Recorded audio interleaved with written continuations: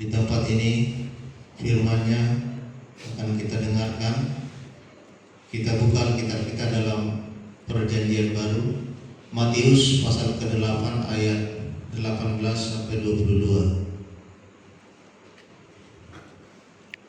Matius pasal yang ke-8 ayat 18 sampai 22. Kita mau membaca firman Tuhan secara bersama-sama dalam hitungan yang ketiga. Kita baca firman Tuhan 1, 2, 3. Ketika Yesus melihat orang banyak mengelilinginya, Ia menyuruh bertolak ke seberang. Lalu datanglah seorang ahli Taurat dan berkata kepadanya, "Guru, aku akan mengikut engkau kemana saja engkau pergi." Yesus berkata kepadanya, "Serigala mempunyai liang dan burung mempunyai sarang, tetapi Anak Manusia tidak mempunyai tempat untuk meletakkan kepalanya." Seorang lain, yaitu salah seorang muridnya, berkata kepadanya, "Tuhan, izinkanlah aku pergi dahulu menguburkan ayahku."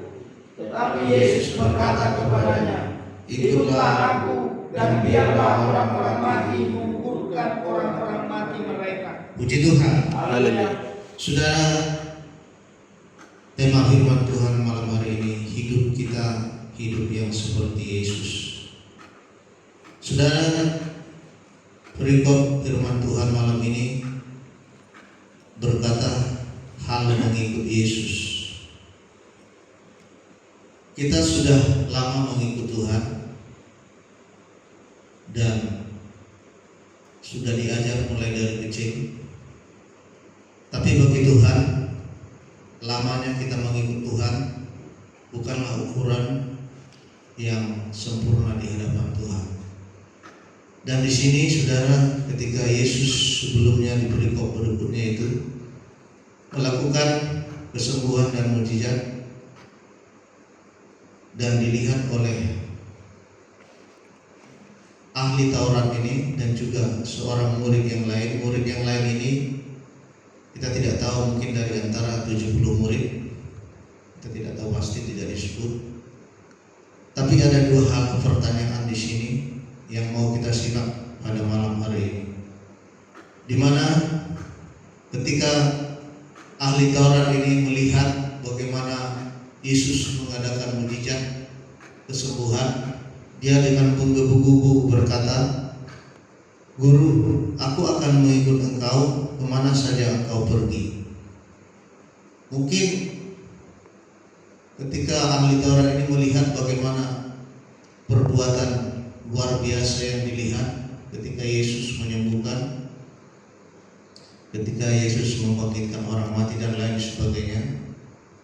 Tapi Yesus tahu isi hati ahli Taurat ini, sehingga ketika di ayat 18 dikatakan Yesus melihat orang banyak mengelilinginya, Ia menyuruh bertolak ke seberang. Jawaban daripada Yesus ketika dikatakan oleh ahli Taurat ini, "Aku akan mengikut engkau kemana saja engkau pergi." Secara logika mungkin kita berpikir tentunya Yesus senang. Tapi jawabannya di luar dugaan ahli Taurat ini. Dia berkata, "Serigala mempunyai liang dan burung mempunyai sarang, tetapi Anak Manusia tidak mempunyai tempat untuk meletakkan kepalanya." Maksudnya Yesus tahu isi hati orang ini, apa motivasi dia ketika dia berkata, "Aku akan mengikut engkau kemana saja engkau pergi." Kenapa tiba-tiba dia berkata seperti itu? Saudara yang terkasih di dalam Tuhan, dengan pedas Yesus berkata, "Serigala mempunyai liang, burung mempunyai sarang, tapi Anak Manusia tidak punya tempat untuk meletakkan kepalanya." Artinya saudara, mengikut Yesus adalah hal yang sangat sulit, yang harus dipikul oleh orang-orang yang menjadi pengikutnya. Mengikut Yesus bukan seperti berada di kapal pesiar yang mewah, bukan seperti berada di taman yang begitu indah, tidak pernah merasakan sakit apapun. Nah, ini perlu dikatakan oleh Yesus supaya ahli Taurat ini tidak salah motivasinya dalam mengikut Tuhan. Ini mengajar kita saudara kaum bapak di tempat ini untuk mengerti makna kita mengikut Tuhan selama ini. Sehingga ketika kita mengalami pencobaan, arus deras yang datang menerpa hidup kita tidak salah menerjemahkan apa firman Tuhan itu. Mengikut Tuhan adalah bukan berarti tidak pernah sakit. Mengikut Tuhan bukan tidak pernah dikecewakan. Mengikut Tuhan bukan berarti kita tidak pernah dihina, dicaci orang, bahkan dikucilkan orang. Mengikut Tuhan bukan berarti keuangan kita terus cukup, bahkan berlebih. Mengikut Tuhan bukan berarti saudara tidak ada tantangan yang kita hadapi, tidak ada persoalan. Tetapi saudaraku, Yesus mengatakan dengan jelas kalau serigala lebih hebat dari kita orang percaya. Dia punya liang, tempat untuk berteduh. Burung masih mempunyai sarang. Artinya Tuhan sedang membuat narasinya bahwa kehidupan orang percaya itu sangat sulit. Bahkan serigala dengan burung diumpamakan di sini lebih enak hidupnya. Sebenarnya kalau kita mengerti firman Tuhan ini, saudara, ketika kita datang kepada Yesus dan kita memohon sesuatu kepada Tuhan untuk Tuhan kerjakan dalam hidup kita, namun yang datang sebaliknya, kita harus mengerti firman Tuhan ini, baca firman Tuhan ini, supaya kita tidak kecewa. Karena ini sangat penting demi utuhnya hidupmu bersama dengan Tuhan, demi terjadinya kelangsungan hidupmu sebagai anak Tuhan, sebagai hamba Tuhan. Nah, saudara yang terkasih di dalam Tuhan, mengikut Tuhan selalu diperhadapkan kepada berbagai kesulitan yang membuat kita terkadang cemburu kepada orang-orang fasik yang tidak mengenal Tuhan, bahkan ateis sekalipun. Mereka hidupnya secara duniawi lebih mapan. Lihat orang-orang yang sukses, banyak juga saudara tidak mengenal Tuhan. Mereka sukses secara materi, tapi saudara, standarnya tidak di situ.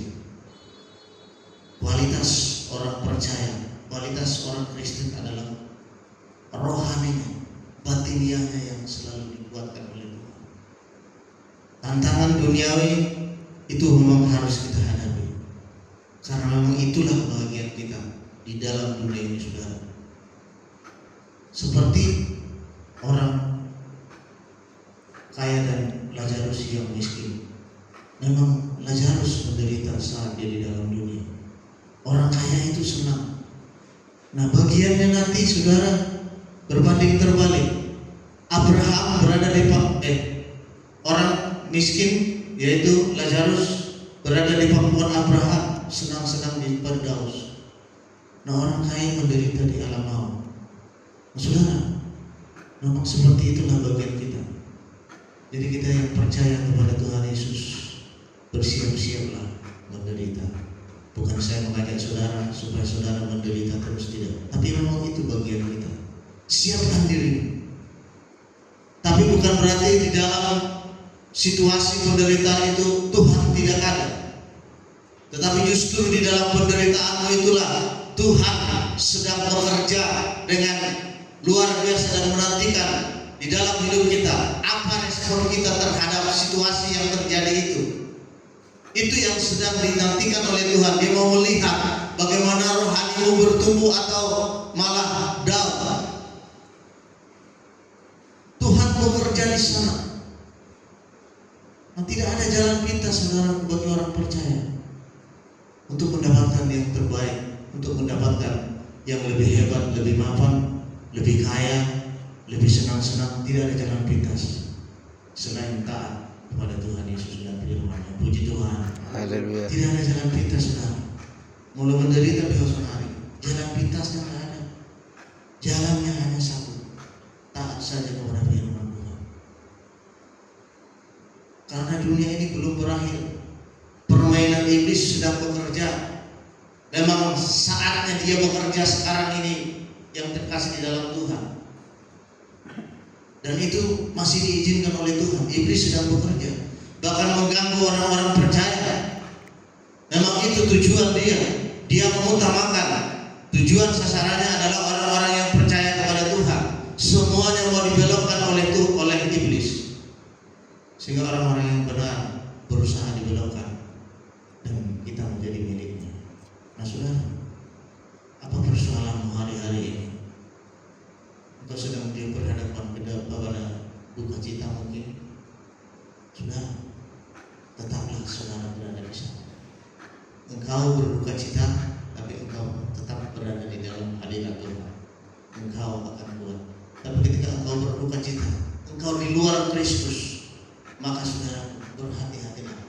Engkau sedang diperhatikan oleh iblis. Jangan sekali-sekali keluar dari zonanya Yesus untuk saudara pergi ke zona nyaman. Karena di dalam Yesus Tuhan tidak menjanjikan zona nyaman, tapi kita tetap berada di zona apapun itu. Apakah kita sedang aman sekarang, apakah sedang menderita, kita harus berada di situ terus. Karena rancangannya itu harus terjadi.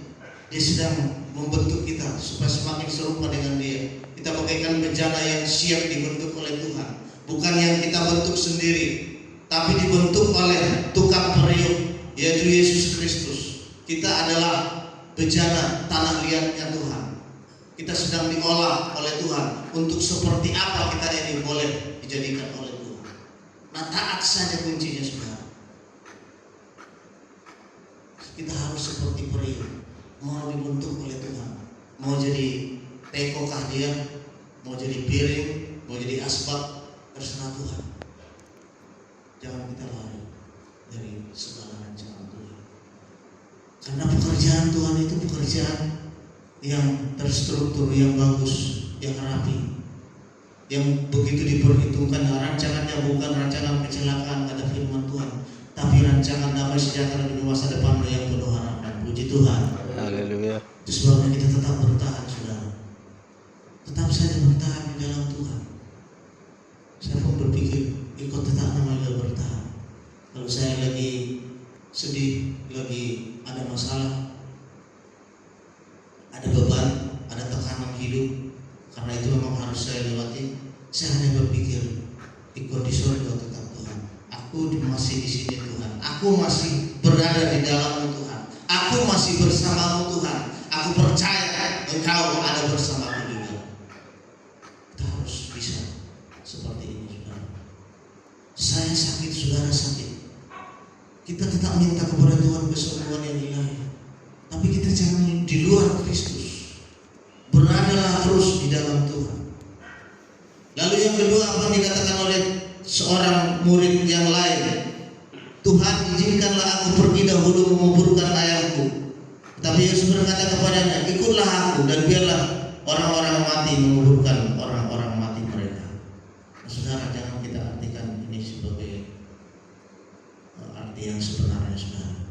Bukan berarti Tuhan kalau ada orang meninggal kita biarkan, tidak. Tapi ini artinya, saudara, kita harus fokus dan tidak banyak alasan.